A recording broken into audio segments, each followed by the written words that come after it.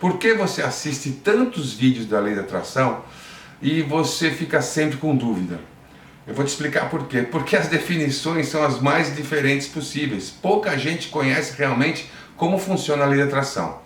Mas para ficar fácil para você, e por isso eu quero que você fique até o final desse vídeo e dê um like para mim e se inscreva no meu canal se você ainda não é assinante do meu canal. Vai lá, se inscreve no meu canal, faz um comentário, se ficou com alguma dúvida, fala comigo, porque eu vou ensinar de uma forma direta e objetiva o que é a lei da atração através de experiências que eu tive e que depois que eu entendi a lei da atração, eu vi que eu estava praticando a lei da atração sem saber que estava praticando a lei da atração. Tá certo? Fica no vídeo aí, roda a vinheta.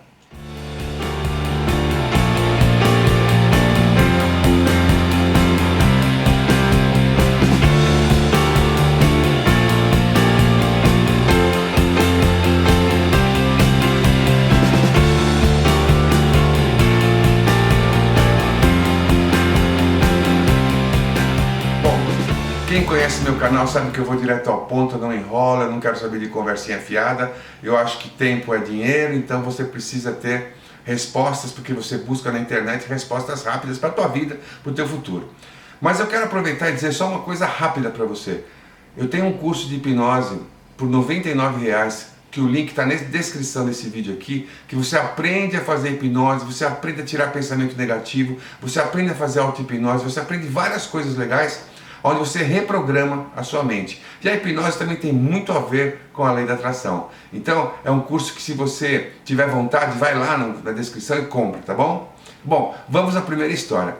A primeira história é uma história rápida e muito legal. É uma história que aconteceu comigo, que eu mesmo não acreditei naquele momento, tomei um susto, não entendi o que estava acontecendo. Bom, eu tinha aproximadamente 28 anos de idade. E eu sempre fui um apaixonado pela música. Eu sempre sonhei em estar na televisão, cantando, fazer as minhas apresentações, ter a minha banda, viajar o Brasil inteiro. Esse era o meu sonho na época. Eu tinha feito psicologia, parei no terceiro ano por causa da música, porque eu tocava muito, mas eu não conseguia chegar ao sucesso. Ou seja, gravar um disco, naquela época era disco, gravar um disco, gravar um CD e ser lançado por uma gravadora, fazer programas de televisão, eu não conseguia que isso acontecesse. Eu achava que era muito distante, que era muito difícil que isso acontecesse comigo, porque a gente via em filmes que o diretor ia em casa das pessoas, e aí eu via o artista, se o artista fosse bom eles contratavam. A gente tinha esse romantismo na época, para você poder ser contratado por uma gravadora. Bom, tudo bem. Um dia eu comecei a mudar a minha forma de pensar, depois que um amigo meu, chamado César Rossini, que foi um grande compositor, falecido já, o César falava assim para mim, você tem que... Ele não entendia da lei da atração também, ele falava assim, você tem que imaginar, você tem que se ver no palco, você tem que se ver gravando um disco, você tem que se ver como um artista, já agir como um artista. E eu sempre... quando pensava em agir como artista, eu lembrava do meu pai. Meu pai sempre dizia para mim assim, seja humilde, não sonhe muito alto, as coisas são difíceis, porque ele tinha uma preocupação comigo. Então sempre que eu fosse pensar em algo muito maior para a minha vida, eu sempre tinha aquela questão daquele bloqueio. Aquele bloqueio, ele me incomodava, porque não deixava eu ir à frente. Eu não conseguia pensar à frente. É como se quando eu começasse a pensar, eu sentisse uma sensação negativa dizendo, não vai dar certo, não pensa assim. E aí o que eu fiz? Eu comecei a assistir os programas de televisão que tinham música e comecei a me imaginar ali. Comecei a me imaginar como se eu estivesse ali cantando, como se eu estivesse no camarim entrando no programa de televisão, como se eu estivesse dentro realmente de tudo aquilo que eu queria para a minha vida. Eu comecei a me sentir, eu comecei a me imaginar, e eu comecei a pensar muito naquilo, mas eu pensava enquanto o programa de televisão estava no ar, o musical, o Chacrinha, os programas da época. Depois eu parava, porque se eu ficasse pensando muito, eu entrava em depressão, eu falava, nunca vou conseguir. Então o que eu fazia? Eu fiz um exercício de imaginar que eu estava realmente naqueles programas, que eu iria cantar. Quando o programa terminava, eu parava de pensar naquilo e mudava completamente meu pensamento. Eu comecei a fazer isso direto, até pela conversa que eu tinha tido na época com o Rossini. Bom, o que aconteceu? Um dia A história é meia longa, mas eu já estava pensando bem positivo, eu já estava me portando como um artista, pensando, incorporando um artista, mesmo sem ter gravadora, sem ter nada. E um dia eu conheci um baixista chamado Renato Figueiredo, hoje ele trabalha na TV Record, e o Renato começou a me elogiar, dizer que eu cantava bem. Ele foi um cara que me ajudou a ficar mais positivo ainda e acreditar mais que era possível. E ele fez uma ponte na época com um apresentador de televisão. Eu acabei trabalhando para esse apresentador de televisão, montando um grupo para ele, que vocês conhecem todos, que é o Polegar. Ajudei nessa produção. E fiquei mais perto ainda, porque eu já estava perto dos programas de televisão. Eu acompanhava o Polegar, eu era o produtor deles, eu acompanhava o Polegar no palco e via aquele assédio das fãs. Eu falava, é isso que eu quero para mim, é isso que eu quero para mim, é isso que eu quero para mim. E comecei a pensar muito naquilo. E aí aconteceu que a Lei da Atração acabou atraindo para mim, através do cunhado desse apresentador, que dirigia nessa época a Promoarte. E um dia, conversando com ele me ouviu cantando com os meninos, e ele veio conversar comigo e falou para mim, você já pensou em gravar um disco seu? E aí eu poderia ter dito, não, nunca pensei, porque hoje eu estou trabalhando aqui com vocês, nunca pensei. Não, eu disse para ele assim, é o meu maior sonho, é o que vai acontecer comigo em breve e é o que eu mais quero para mim. Aí ele falou assim para mim, eu vou te dar um telefone e você fala com esse cara da gravadora, que ele é o diretor artístico e ele pode te contratar. Quando ele me deu o telefone do Mauro Almeida, falecido Mauro Almeida, faleceu esse ano, um grande amigo meu também. Quando ele me deu o telefone do Mauro Almeida, eu tomei um susto, porque era um cara que para mim, anos atrás, era impossível de chegar perto dele. E de repente eu estava ali, naquele momento, com o cunhado de um apresentador famoso, que é o Gugu Liberato, né? Com o telefone do diretor da gravadora. Aí eu peguei o telefone, agradeci o Toninho, que era o diretor da Promoarte na época, botei no meu bolso e falei, meu Deus, será que eu vou ter coragem de ligar? Aí eu falava assim, não, eu preciso ligar porque ele vai me contratar. E aí eu liguei para ele falou assim, eu estava aguardando a sua ligação, como é que você vai estar, sei lá, não lembro agora, amanhã ou depois de amanhã, posso ir na tua casa te ouvir tocar? E aí eu disse para ele, claro que pode, eu vou passar o endereço, eu te aguardo se você quiser amanhã. Ele falou, então pode ser amanhã no final da tarde. Aí eu preparei todo o ambiente na minha casa, fiquei onde eu tinha um estúdiozinho de música, aguardando o diretor de uma grande gravadora na minha casa, conversando comigo, querendo ouvir eu cantando para ele. Chegou o grande dia. E antes dele chegar, meu coração ficou acelerado, aquelas mensagens subliminares de não vai dar certo, já eram pequenas na minha mente. Eu pensava única e exclusivamente, eu sou um artista e ele vai me contratar. E aí eu cantei 2 músicas para ele no violão, ele ficou olhando para minha cara, olhou, ele ficava me observando, sabe? É engraçado. Parece que eles sabem que se você tem jeito para artista ou não. A música às vezes nem é tão importante, a voz nem é tão importante. É óbvio que é, mas você tem a pegada do artista. E aí eu parecia que eu estava fingindo até. Eu exagerei, cantei, toquei para ele 2 músicas e quando acabou ele falou assim, segunda-feira você vai na gravadora que você é nosso contratado. E aí foi o auge da primeira vez que eu consegui realizar a Lei da Atração. Espero que vocês tenham gostado. Vou contar agora o segundo fato, que ele é decorrente dessa Lei da Atração, que é um fato muito importante também que eu acho que vocês vão gostar. É a Lei da Atração trabalhada ao contrário. Quando você trabalha a Lei da Atração para te atrapalhar. E às vezes você não sabe por que está te atrapalhando, você não quer que te atrapalhe, mas você está usando ela de forma negativa. E ela é a continuação dessa história. Eu lancei o disco.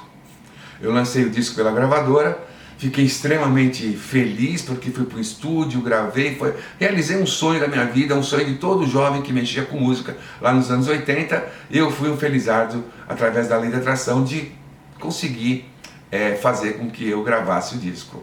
Quando eu fiquei com o disco na mão, eu precisava fazer programas de televisão, eu precisava me apresentar. Eu precisava estar na televisão, eu precisava divulgar meu disco. E a gravadora demorou um pouco para trabalhar isso comigo, demorou um pouco. Quando ela começou a gravar os primeiros programas de televisão, aconteceu uma coisa muito engraçada. Eu não entendi porquê, mas toda vez que eu entrava no palco, eu ficava extremamente nervoso, suava meu braço, suava meu rosto, eu tremia, eu tinha a sensação de não queria estar, que me incomodava o palco, sendo tudo aquilo que eu mais queria na minha vida. Olha que interessante. Mas eu ficava pensando, é difícil explicar para vocês, mas teve uma vez que eu estava no camarim, na coxia para entrar no programa da Angélica, que era o famoso Milkshake, o programa que ela tinha na Rede Manchete, que hoje é Rede TV. E eu tive vontade de virar as costas e ir embora e falar, não é isso que eu quero para minha vida.